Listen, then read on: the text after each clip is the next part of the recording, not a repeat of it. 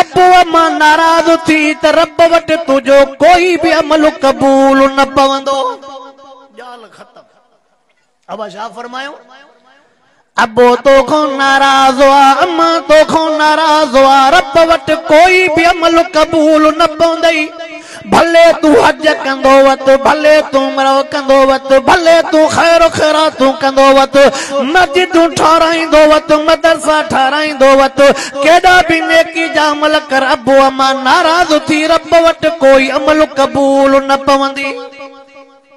मदा तू समझे पी माओ सां ॻाल्हाओ ख़त्म, पी माओ जी बेइज्जती कया, पोइ वरी रमज़ान शरीफ़ में मां उम्रे ते हलियो वञा, 10 ॾींहं मस्जिद नबी में इत्तिकाफ़ में वेहा या हरम पाक में वेहा, काबतुल्लाह में वेहा, उते वञी करे उम्रो कया, बस वेहा त सब मुंहिंजा गुनाह माफ़ थींदा। भुल थई माफ़ न थींदई। जॾहिं वञे थो अवल असां ओड़ो मुंहुं त कयूं वञूं जेके उन हुक्म चया उहे मञूं त वञूं।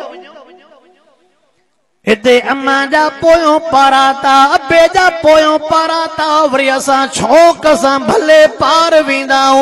उन महबूब मुस्तफा से जो न्यापो थो ॾियां, जे महबूब से जा लफ्ज़ मुबारक अबो अम्मा नाराज़ थी रब वट कोई भी अमल कबूल न पवंदई। हुज़ूर अनवर अलैहिस्सलातु वस्सलाम जो हे लफ्ज़ भी मां बयान कंदो रहंदो आ। लफ्ज़ ॿुधण जहिड़ो थी, यादि करण जहिड़ो थी। साईं जंजा हे लफ्ज़ मुबारक जंहिंजे मथों जीजल नाराज़ हो तंहिंजो मौत कलमे पाक ते न थींदो।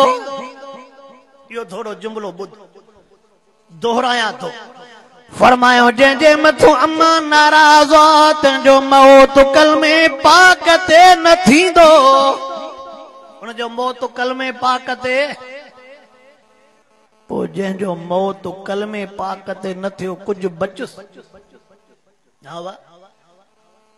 मन कान आखिर कलामी ला इलाहा इल्लल्लाह दखल जन्नत। आका त फरमायो जेके मौत वारे टेम ते तौहीद वारो कलमो कलमो नसीब थियो न उहो जन्नती आ, पर कलमो नसीब न थियो सब माना जन्नती। मालूम थियो जन्नत जाते मिलंदई उते तू अचण जे लाइ तैयार ना। हुज़ूर अनवर अलैहिस्सलातु वस्सलाम जे जुमलन मुबारकन ते नज़र कंदो हल।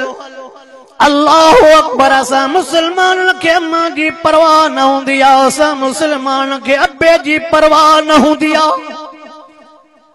मूंखे दुख जो जुमलो, मूंखे दुख जो जुमलो दिल के ईज़ाईंदड़ हे जुमलो लॻंदो आ। दिल के झिंझोड़ींदड़, ईज़ाईंदड़, ॾुखोईंदड़ हे जुमलो कहिड़ो?